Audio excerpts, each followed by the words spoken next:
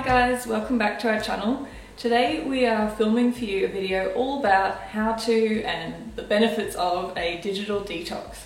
So we wrote about this in quite a bit of detail recently on the blog, so if you want to check out that post you can go to the link below. But we really believe that taking a break from your technology is an important part of maintaining well-being and relaxation, and just it's important to unplug now and again. So we wanted to talk about it here on YouTube as well, because we know not everyone likes to read.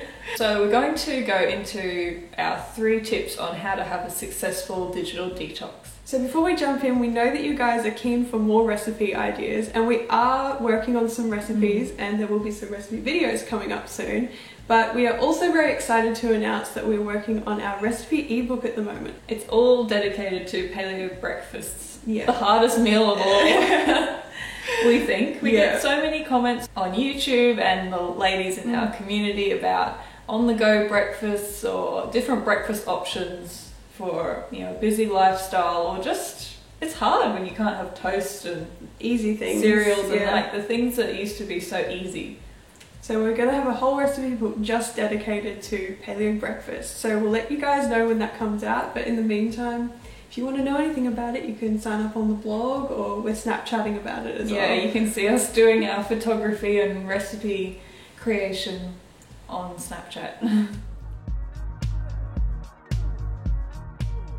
We're about to jump into the steps of how to do an effective digital detox, but I first wanted to just say that there are so many benefits to doing a digital detox. Nowadays we're just so plugged in, it can be really hard to hear your own internal voice and your own wisdom, because there are so many external sources and noise coming in at you, like from social media and TV and just even Googling things and reading all on the internet. That's my weakness, is like reading articles all the time. But sometimes you really need to step away, especially like even if you're not that stressed out by the technology, if you're maybe trying to make a big life decision or tap into that inner voice, you just can't hear anymore because it's so bombarded by outside opinions and information. Or even just using technology as like a distraction. So you have a bad emotion, or you can just scroll through your Instagram feed instead of dealing with it. You don't deal with things that are happening in your life because you can just sort of buffer them away with a bit of TV. So it can really be like a good recalibrating, almost like a spiritual practice, and then at the same time it's just so healthful to get away from those like EMF, you're just always stuck on devices and your posture is all hunched over. It's probably good for your eyes too. So there are a lot of reasons why it's great to step away from the technology, and it doesn't have to be for a whole week or anything dramatic like that, but even just for half a day. So we try to do a digital detox every now and again. We've broken this down into 3 steps so that you can get the most out of your digital detox. So the first one that we're going to talk about is preparing for your digital detox. So like we just mentioned, it doesn't have to be a whole week, it could be a day, it could be half a day, but it's good to be clear about how long you're going to be doing the detox for, and then for that period you also have to decide what you're going to be detoxing from. So the other thing is you don't have to give up everything. It could just be TV or just your phone. It doesn't have to be, you take away all of your technology. You just like live in the forest for the afternoon or the weekend or something, although you can do that. It just helps to be upfront about your own expectations. You could journal about it, or just so that you've actually set it's an actual thing.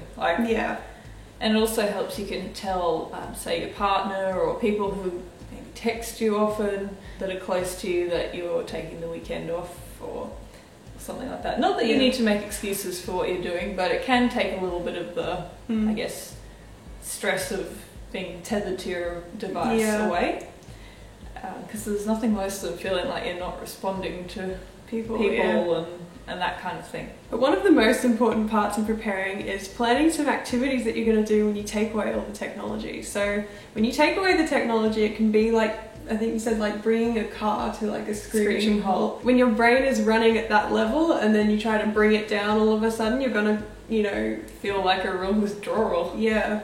So you need something to do, otherwise it's a bit cruel on yourself. You take away the thing that has been taking up a big chunk of your time and you haven't put anything in its place. It can feel almost stressful. Yeah. So it does, you can plan some trips out with your partner, or even just like a nice lunch, or you can make a whole day trip of it, or depending on how you long just the detox I think is. it's good to do something that either lightly engages your mind or your body. Like you're either out doing a physical activity and that takes your mind off things and keeps you busy and active, or you engage in a hobby that's like a craft thing or something to keep you reasonably active, because otherwise you're going from like super high speed down to like nothing. Like when people go on holidays to the beach and they just can't relax because it's too... There's not enough 1 to minute do. you're like back-to-back meetings and everything's scheduled, and the next minute you're like lying by the pool, you're like, what do I do? So make sure you have some activities planned. So our second step for a digital detox is to know what to expect. So this is the phase where you've set your plan and your intentions for the detox, and now you've started the detox.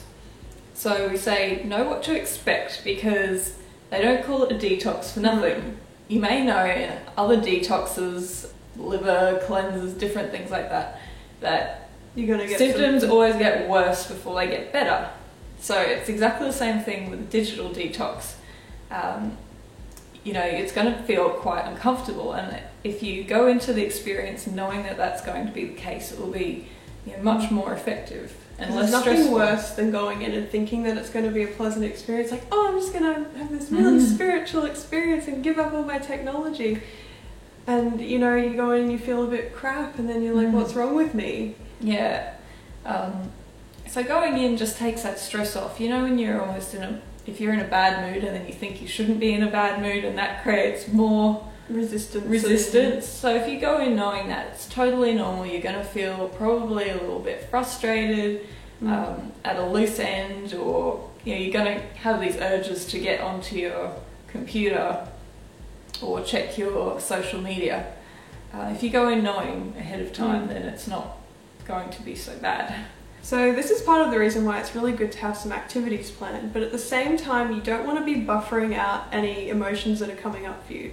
So when you take away all your technology, you might, we were talking before about how you'll start to kind of reconnect with your inner voice, and sometimes you'll hear your own opinions or your own, your true feelings about something, and it's important that at the same time you really process each one of those emotions and deal with them without covering them up with food or some other kind of distraction. So it's really when you start listening to your own inner voice that you can start creating a life that is more conscious and more mindful, and really aligning with yourself and what you truly value.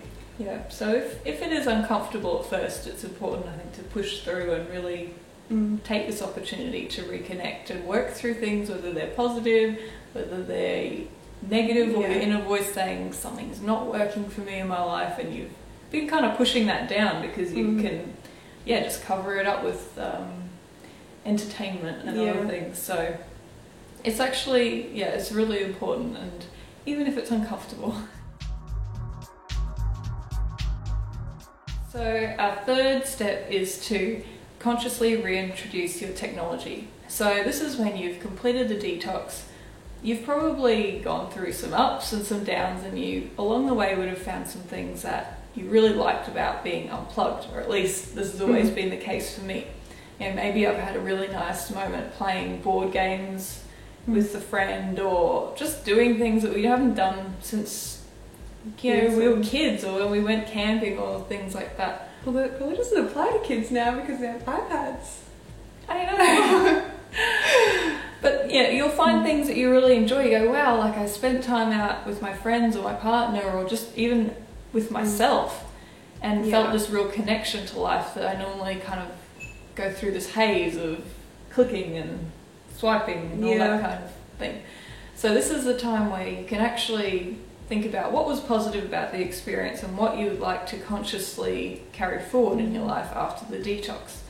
So instead of just running straight back to 100% tech mode, you can, set up some boundaries, I think. Well, one thing that I like to do is set a lock on my phone. So I didn't do that for ages because I thought it was silly. Like, I've got nothing to hide on my phone, I don't need a lock on it.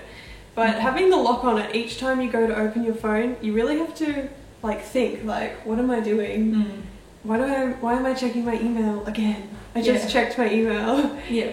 So it kind of sets up that little barrier and that reminder to be a bit more conscious. And it doesn't mean that you have to set something overly ambitious. I think that we can be really hard on ourselves and, think that we're going to stop using our phone or stop using our social media altogether or just put up very harsh parameters.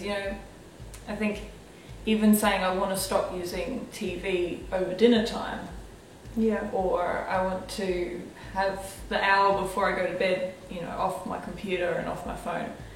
Even those small things, to be honest, are quite difficult to make them stick. Yeah. So it's making those kind of long-term, sustainable, smaller changes that you can do day to day that make a difference over time, though. Yeah. So it's important. It's a good time to set these goals because you've got more clarity over the digital detox and you've kind of gone through that detox phase where you've really felt attached to your technology. You wish you could get onto your phone, but then you've moved through that and you hopefully have got to the point where you feel a little more detachment and some space to make your own decisions rather than just get pulled back in to the fray. To break the cycle. Yeah. Okay guys, so those are our 3 tips for how to do a digital detox and why you might want to consider doing one. If you've ever done a digital detox or given up any kind of technology, we'd love to hear it in the comments below. Other than that, if you enjoyed this video, give it a big thumbs up and we'll see you in our next video. Bye guys. So today we're going to be doing a video on 6 tips to help you reduce your stress levels. So these tips are both physical and mental. It's really important that you guys get on top of your stress because it is a big, really important part of well-being. Almost I would say most important. I would say almost more important than diet and exercise. It can be the undoing of a perfect lifestyle otherwise. Get out of your head and into your body. So it's often said that exercise and dance and different forms of movement are a great way to reduce stress.